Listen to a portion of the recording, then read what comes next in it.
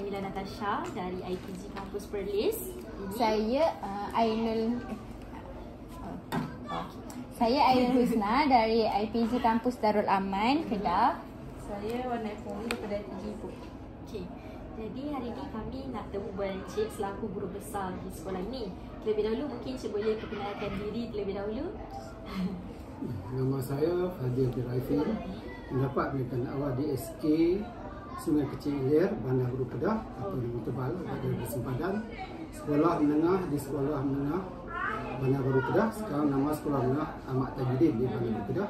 Dan tingkatan 6 Form 6 di Sekolah Menengah Sebang Kulim, sekarang dah nama Sultan dah. Sultan Abdul Halim, okey. Kemudian saya dah dapat permohonan ke IPG, masa tu Maktab Perguruan Temu Ibrahim. Kemudian saya sambung belajar. Setelah 4 tahun saya di sekolah, saya sambung belajar peringkat degree dalam bidang psikologi, tetapi sampai 3 tahun saya tak dapat degree. Sebab dia complete degree kena 4 tahun. Kemudian saya dapat peluang itu PJJ, bayar sendiri semua. Kemudian 2012 saya dah confirm. 2000 something lah saya dapat tawaran di PPG buat TESOL di IIM. Dan kerana setelah 4 tahun saya pun qualified sebagai guru ijazah. Kerana minat yang mendalam, saya sambung dengan master dalam pendidikan juga, pentadbiran dan pusat pendidikan di universiti yang sama, UAE. Dan saya pun complete di sana juga. Dan ditawar dalam masa ditawarkan untuk buat khusus NPQL di IAB selama 6 bulan. Diturunkan sebagai besar pada tahun 2016 di SK Pandan Perdana. Setahun saja sebab menunjukkan mungkin kecemerlangan saya menaikkan sekolah yang tercorot di Hulu Langat, dinaikkan taraf lebih baik kepada 80% lulusan daripada 37. Lepas tu band marks dia ada HPLR 37 lulusan, kita naikkan drastik ke 80% lulusan dia. Jadi terbaik tu terbilang lah. Dipindah ke SK Apa Campuran. Pun saya naikkan prestasi juga daripada 64% naik ke 78% ke 9%. Yang lepas tu setelah di situ dibawa ke SK Taman Tasik. Dengan statik saya tak lama sebab saya dah selesaikan beberapa cabaran yang dihadapi. Saya mohon balik sini kemat saya sebenarnya saya dilantik jabatan lain juga. Antara NGO yang saya dilantik pengurusi penduduk di bawah Kementerian Paduan di tempat saya di Pasar 7 Masih Buat. Kemudian saya dilantik juga sebagai timbalan Veteran Malaysian Youth Association Council, timbalan di Selangor, dan AJK Kemasaan Veteran Malaysia. Jadi saya kata saya tak boleh buat dengan tugas santai di sekolah lebih jauh dengan rumah, sekolah yang sangat besar. Saya mohon balik lah. Masa saya pun sangat sakit kan. Dan alhamdulillah saya dapat sekolah ini atas perbincangan PPD Hulu Langat dan PPD Gombak dan JPN. Saya tempatkan di sini lah. Itu yang saya bulan 10. Hari ini bulan 6 belum setahun lagi saya tempat sini. Dapat mengenali lah apa-apa cabaran yang perlu dibaiki. InsyaAllah boleh. Guru-guru sini sangat inovatif, sangat efektif. Okey, baik Cik. Okey, kita terus dengan soalan yang pertama. Okey, soalan yang pertama. Adakah elemen pendidikan implisif dilaksanakan dalam PDP dan kurikulum di sekolah ini? Bagaimana? Saya melihat arahan-arahan daripada Kementerian turun JPN, PPD dan ke sekolah itu semua ajaran yang arahan yang sangat berkaitan dengan situasi perkembangan pendidikan hari ini. Sebagai contohnya, dulu kita menilai hanya berdasarkan akademik. Sekarang kita nilai ke semua sekali. Hal ehwal, siasah dengan nama PAJSK kan. Kita tidak bergantung pada peperiksaan mata. Peperiksaan pun kita tukar kepada PBD, PBS. Bertaksirkan kawasan haram. Alhamdulillah. Boleh dilaksanakan. Ini soalan berikutnya. Okey, bagaimanakah sekolah menjalin kolaborasi dengan komuniti luar khususnya dalam pelaksanaan kurikulum? Okey. Dalam melaksanakan kehendak-kehendak government kemerdekaan ni, kita mengambil input daripada ibu bapa untuk sama-sama berinteraksi dan memberi pandangan dalam memajukan sekolah. Dan sebagai saya juga implement daripada NGO luar untuk sama-sama bantu sekolah. Dan kita jemput MPS dan PJJ kolaborasi dengan kita untuk kita buat program. Dan kita guna juga ex-student di sekolah ni dah lama kan. Ex-student ni dia berjaya. Sama ada mereka ni bekerja di luar negara, bekerja dalam jabatan kerajaan Peringkat tertinggi, mereka ni kita panggil alumni. Alumni akan menyumbang idea dan kewangan untuk memajukan sekolah. Dan apa-apa yang kekurangan kita majukan. Mereka sedia menyumbang. Pada mereka sangat rasa ingin berbakti pada sekolah. Sebab saya cek balik, mereka ni orang yang hebat. Bahkan ada title profesor, pensyarah semua kan ni. Dan orang yang bersejarah dalam bidang keaswanan, mereka ni ada banyak dana. Mereka boleh bagi tu. Dan dana diuruskan dengan betul. IPABG kita jemput dia bukan sebagai hanya mewakili parent. You boleh monitor ni, kecuali pentadbiran sekolah you tak boleh kacau. Keselamatan, kantin, kebersihan mana you boleh monitor. Ambil tahu juga. Itu cara saya jemput. Dan saya dulu pernah jadi tuan rumah kepada PBT untuk buat program di sekolah. PBT yang saya PBT tadi, MPAJ, Majlis Malaysia sangat efektif dalam membantu warga-warga sekolah di kawasan pentadbiran dia. Dan bahkan MPAJ ni sebenarnya mendapat pengiktirafan bertingkat kebangsaan. MPAJ sangat aktif. Dia gunakanlah. Dia guna dana dia untuk majukan sekolah. Dia buat program. Dia tahu. Itulah contoh. Dan saya tadi meeting saya jemput MPAJ gunakan SK 2 taman sebagai tuan rumah untuk aktiviti dia. Mungkin bola sepak, mungkin kesenian. Jadi kita jemput sekolah-sekolah lain juga untuk aktiviti sekolah. Kita kata beritahu kita ada padak, kita ada dewan dan kita ada pintu pagar ada dewan MPAJ. Boleh guna. Di sekolah sebelah pun boleh bantu. InsyaAllah. Dia belah dengar, dia ambil note lah. Kita terima lah ni. Okey, jadi soalan seterusnya, sebagai seorang guru besar, apakah bentuk pentaksiran dan penilaian yang digunakan untuk menilai keberkesanan aktiviti kokurikulum murid? Saya mendapat maklum daripada parent juga tentang kelebihan kemampuan anak dia pergi ke peringkat negeri kebangsaan dan terbang. Memang ada pun. Mereka juga jangan saya mendapat maklum dari kelas. Bagaimana penglibatan murid-murid dalam kelas ni. Guru kelas itu atau guru yang beredar. Guru kelas mungkin guru bahasa Inggeris, guru beredar bukan matematik. Kita tanya bagaimana penyakit murid, meningkat ke tak? Kalau kita tak, apa sebabnya? Murid sakit, kita ziarah dia. Apa masalah? Murid kurang kewangan, kita bentangkan dalam, kita wujudkan satu, kita panggil lah, kewangan infak untuk murid yang ada masalah kan. Parent ada masalah, mungkin bercerai berai, kita nak dia ni ketinggalan dalam education, tempat dia datang sekolah tanpa belanja. Kita kena bagi dia belanja untuk dia boleh datang sekolah atau makan di kantin. Itu cara saya lah. Jadi saya bukan guna nilai pada diri saya ni. Semua fikir akan bagi maklumat. Guru akan bagi maklumat. PIBG akan bagi. Pihak masjid akan bagi maklumat. Kita tengok pencapaian dia. Baru kita kalau pun kita panggil dia. Dan ibu bapa ni dia akan WhatsApp direct dengan besar sebenarnya. Dia orang tak tahu ni. Besar WhatsApp dia. Saya layan lah, dia baca. Sebab antara golf kan, antara bangsa. Golf antara bangsa tu tinggi tu. Tapi kita tak boleh bagi nilai yang pencapaian kita tak boleh iktiraf sebenarnya. Sebab kalau kita nak iktiraf banyak pencapaian dalam masa ni yang parent yang bawa kan. Yang tanpa pengetahuan sekolah lah. Sekolah bukan tak tahu sebab dia tidak register direct dengan Kementerian Education. Dia swasta punya. Dia mungkin dalam bidang pihak private kan. Dia dapat sumbangan tu carry on lah. Antara contohnya saya pernah mendapat dana daripada Kementerian Pembangunan, Bank Pembangunan untuk top up sekolah dengan 40 unit komputer. Bank Pembangunan dia perlukan surat nak hantar sekolah. Itu contoh saya buat kan. Saya tak minta dari PPD. Betul-betul dari ni agensi luar ni yang boleh bantu. Dan melalui parent lah. Parent yang bekerja di sana kan. Itu contoh. Okey. Okey, seterusnya, apakah contoh program yang dilaksanakan di sekolah ini dan berkait dengan dasar pendidikan? Contohnya macam TS25, macam mana? Apa contoh program kat sekolah? Salah satu yang masalah di sekolah, dulu masalah bahasa Inggeris, sekarang bukan masalah matematik kan. Matematik kan. Ini saya dalam meeting bersama pensyarah di UIA kan. Dia kata matematik, saya kata back to basic lah. Iaitu kita banyakkan task, latihan kena banyak. Automatik dia berubah. Bila dia berubah dia punya pencapaian. Kalau you bagi dia mengajar hanya 4 waktu, belajar di sekolah 4 waktu kan, dia buat sikit kan. Tapi kalau tambah 6 waktu atau 7 waktu kan, dia belajar banyak matematik. Maka automatik dia akan menguasai je lah. Dan latihan yang kita bagi banyak, dia jawab, dia seronok. Peringkat awal memang mencabar, tapi bila dia kuasai sikit-sikit, maka dia akan menguasai. Itulah benchmark bila matematik dapat persen yang tinggi kan, lulusan tinggi, maka dia membantu juga. Yang kemudian lagi, satu itu akademik. Bagaimana nak menarik minat budak datang ke sekolah. Dia kena tak suka belajar tau, tapi dia suka main. Dia suka main apa? Kata kena juga silat.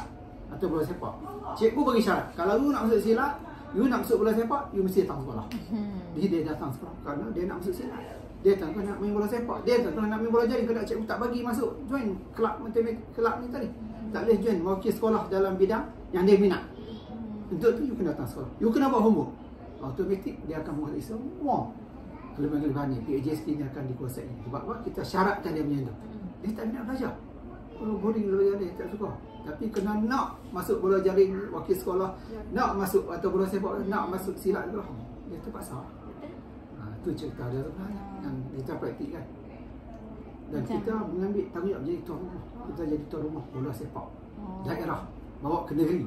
Jadi kita select budak-budak kita, murid-murid kita ni. Kalau dia tak boleh main pun dia jadi simpanan atau dia bagi tukang sorak. Support. Dia minat setahun depan kita boleh pilih dia. Macam tu dia minat dia datang. Tapi syarat you nak main bola sepak, bagi tahu cikgu dia. You surau, you solat asar tu. Automatik dia kena prepare untuk agama dia. Semua hidup ni sama mati juga solat ni. Kita tak nak you smart bola sepak player yang baik tapi tak solat. Kita tak mau. Kita nak jaga semua kali. Okey. Cikgu, kalau macam contoh program yang berkaitan dengan TS25 itu macam yang gotong royong melibatkan ibu bapa untuk cantikkan sekolah ke? Itu memang dia buat. Kita bagi tanggungjawab, ini kelah anak awak, anak cantik macam mana. Dan ada juga setiap awal tahun ke yang tu? Biasanya kita buat perkara time-time yang boleh datang. Macam yang tu laman-laman tu, laman Bestari ya. Memang dia buat. Laman Nur. Siapa yang sekolah buat? Bersama dengan parent. Lagi satu saya dah bagi tahu PABG, Padang ni naik taraf kepada tahap stadium yang ada track apa. Itu saya bagi tahu. Sebab sekolah tak ada duit. Dia tak ada duit, tapi you sebagai parent gunakan dana sama melalui alumni support dan selalu direct tu kepada Menteri Berkenaan. Kita dekat dengan bandar. Ini kita sebelah KL ni. Menteri pun di sini, tinggal sini. Pergi jumpa direct sama secara politik dia, tak jumpa menteri, jumpa seperti ajak kita. Kita bentangkan nak bina track, kita nak apa? Ni tempat duduk apa? Podium. Itu semua duit yang banyak. Saya kena ada lampu limpah waktu malam.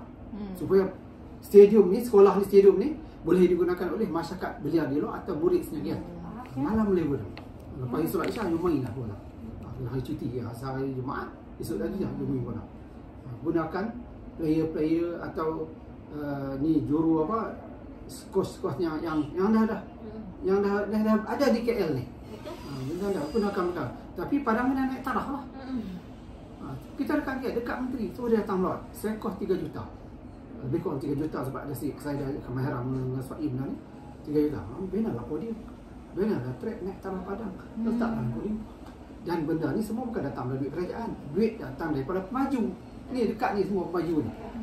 Kuantum, pemaju kuantum kan, Jantum lah pemaju. Dia dah bina bangunan tinggi ni berpuluh juta. Bila dia untung? Takkan tak boleh bagi sikit juta untuk sekolah. Sekolah ni dikongsi oleh 4 buah sekolah yang lain Padang ni. Dan kita invite daerah untuk buat game event di sini. Jadi bila dia baiklah sumbangan bila parent, bukan link saya bagi idea sebab mereka ni bekerja dengan kementerian. Menteri dia sebut mereka ni rapat dengan syarikat private swasta ni, bawa lagi. Itu saya cara guna. InsyaAllah benda ni akan ada perubahan, akan ada perbaikan untuk TS25. Okey, seterusnya bagaimana sekolah ini melaksanakan perancangan dan pelaksanaan PDP yang selaras dengan objektif kurikulum KSSR dan Pelan Pembangunan Pendidikan Malaysia. Dari segi PDP lah. PDP ni kita ambil you master bahagian apa. Kalau you beragama, tak mesti you buat agama, you buat dalam matematik dia. You ada bahasa Melayu, tapi you ada kemahiran dalam sejarah atau geografi, you belajar Melayu kan. Kita tak bagi sembarangan. Tapi kadang-kadang cabarannya kadang cikgu tak ada di sekolah sebab mereka pergi meeting. Jadi kita terpaksa juga buat cikgu tu kena tinggalkan homework atau sheet kan, kerja-kerja kita kena buat. Dia buat itu. Jadi berfokuslah. Berfokus. Kalau ada murid yang lemah, bukan streaming, kita akan bagi kaedah datang tuition. Sekarang ni dibantu oleh AI tuition online semua kan ni. Dan bukan kita yang buat. Benda tu dah ada dan ada pihak swasta yang jemputnya. Untuk yang asnaf dia bagi cuma 20 orang kan. Dan untuk yang ada keupayaan bayarlah sikit. Sekarang ni ada dia minta RM20 satu orang untuk 2 tahun. Sangat murah. RM20 untuk 2 tahun. Sebab Sebab company ni dia guna satu Malaysia. Satu murid bayar RM20. Berapa? Kali dengan satu Malaysia, Berapa juta? berapa juta dah dapat. Kita support. Dia buat talk ke? Dia bagi kursus. Budak ni akan ikut kelas sama dia buat di sini sebab kini ada kegunaan internet kan. Di sini kegunaan dia buat. Atau dia buat di dewan pemberi tempat dia. Atau di rumah dia yang ada internet. Apa yang diperlukan murid ni kerana ada peranti. Perlu ada peranti. Company apa cikgu? Tak ingat. Kalau Moti semalam saya kena buka dalam ni. Dia tu bekas guru. Bila dia pencen, dia kerjasama dengan di Johor sangat popular. Ya. Sangat popular, jadi dia bawa ke sini.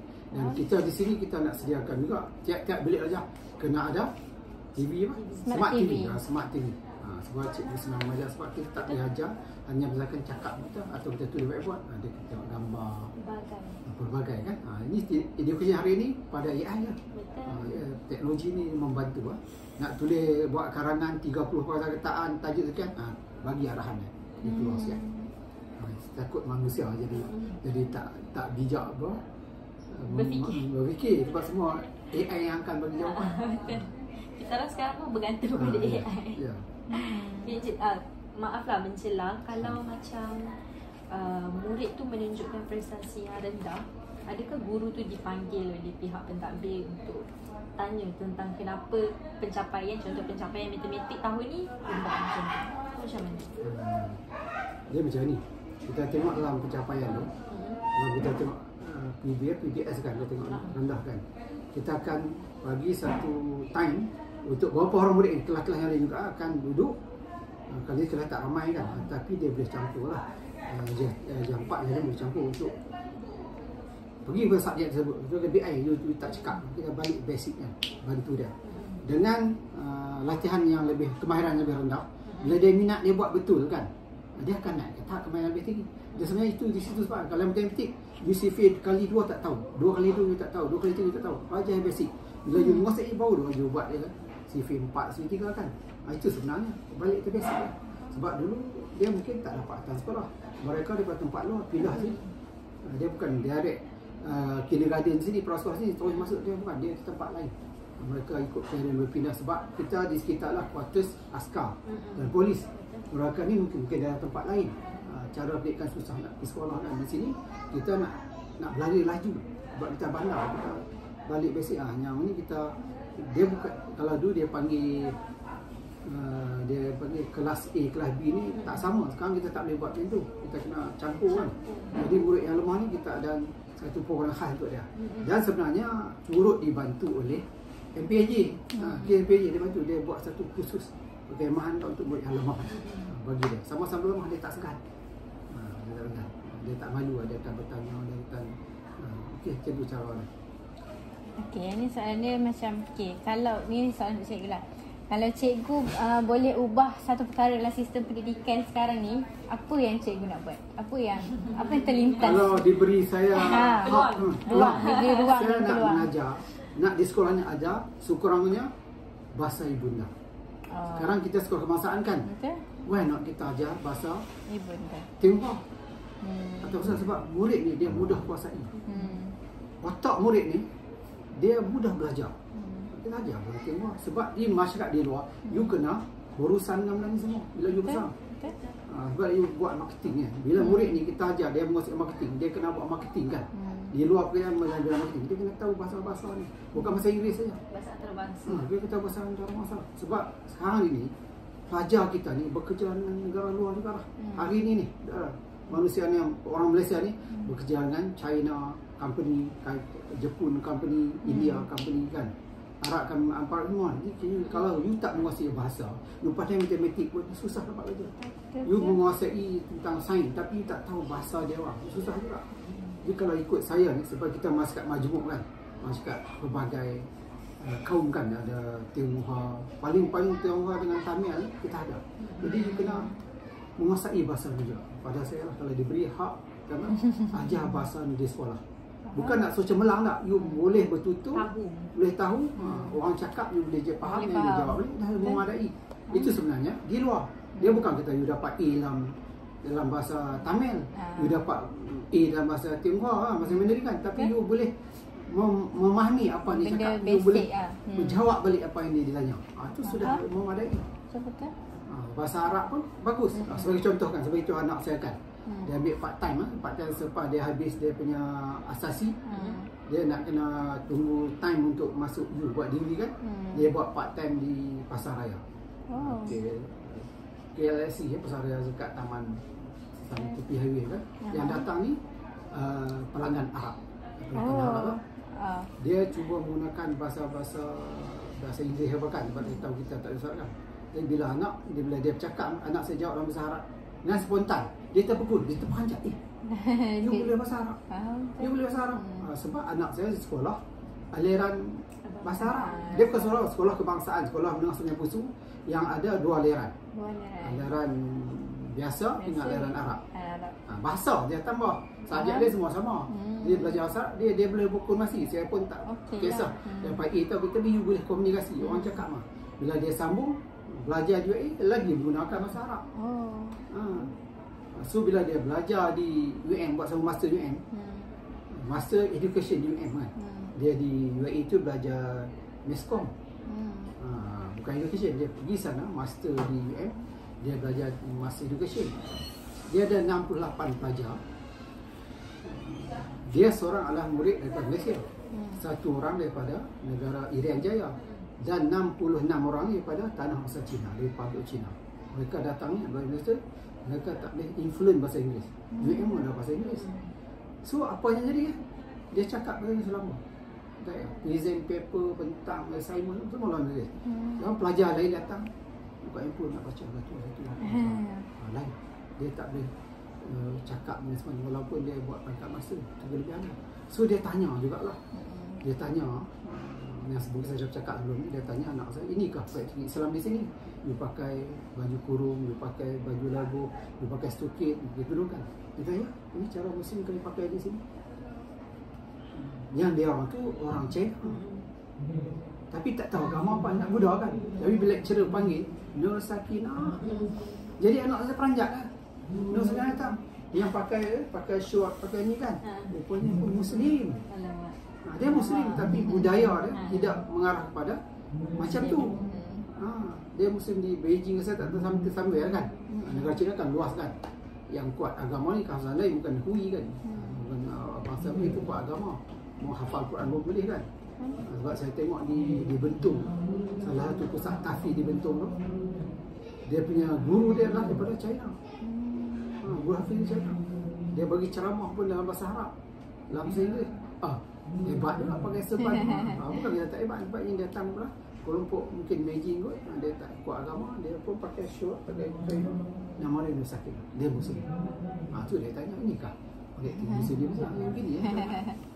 Macam awak kan pakai tutup aurat kan, ini tak? Ya inilah Muslim. Dulu zaman saya di sekolah dulu, saya pergi sekolah tu pendek. Zaman dulu. Zaman saya sekolah dulu dengan pendek. Tapi tak ada lah sekolah pendek, tak ada kan. Semua sekolah panjang. Ustazah saya pun akan pakai selempang, selendang kan. Cikgu bahasa Inggeris saya pun tak pakai tudung, dia pakai kain pun belah jadi kan. Skirt kan. Dia panggil apa? Skirt lah pakai belah. Sekarang semua yang pakai tutup aurat lah. Betul. Okey, soalan seterusnya. Apakah pendekatan dan strategi pengajaran utama yang disarankan oleh pihak sekolah agar bertepatan dengan prinsip pembelajaran abad 21 dan dasar pendidikan kebangsaan? Sekarang ni kita tak letak guru sebagai tenaga pengajar. Dua jam. Kalau letak guru sebagai pembimbing, pemudah cara. Pemudah cara, pembimbing supaya budak ni boleh minat belajar. Kalau dipaksa dia buat dia boring. Latihan kita bagi, tapi kita ajar bagaimana cara nak buat. Itu mudah cara. Dia pula nanti murid ni tadi pembimbing rakan lain pula. Faham? Dia daripada rakan sebaya. Pembimbing rakan sebaya. Itu dipraktikkan. Bahkan juga kalau di sekolah menengah yang saya tahu, dia lantik sebagai guru muda. Guru muda sebab dia menguasai subjek tu, ajar kawan-kawan macam mana. Jadi keperluan pada guru ni tidaklah sepuluh hari pasal kan. Pakai betul. Kemudian kita ada gallery walk, morning walk kan, you boleh tengok apa masuk ni. You boleh ingat, you tengok, you boleh ingat. Okey, ngantuk lah.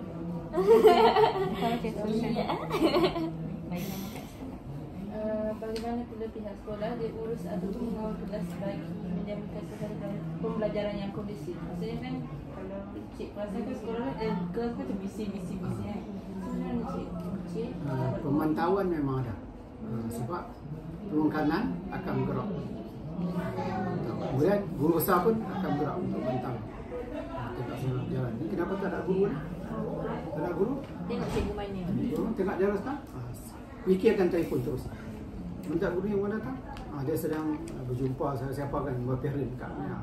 Dia datang. Minta orang sebelah tu monitor.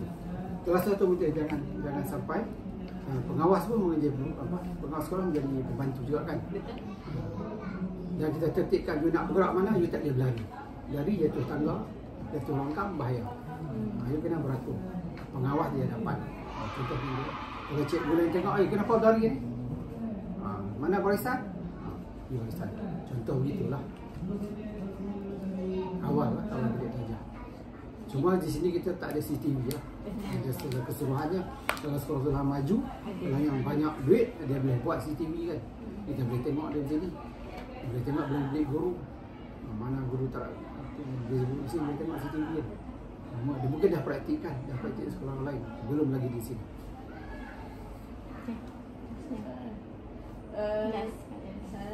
Adakah pihak sekolah dia menggalakkan inovasi dalam penggunaan BBM, bahan-bahan teknologi?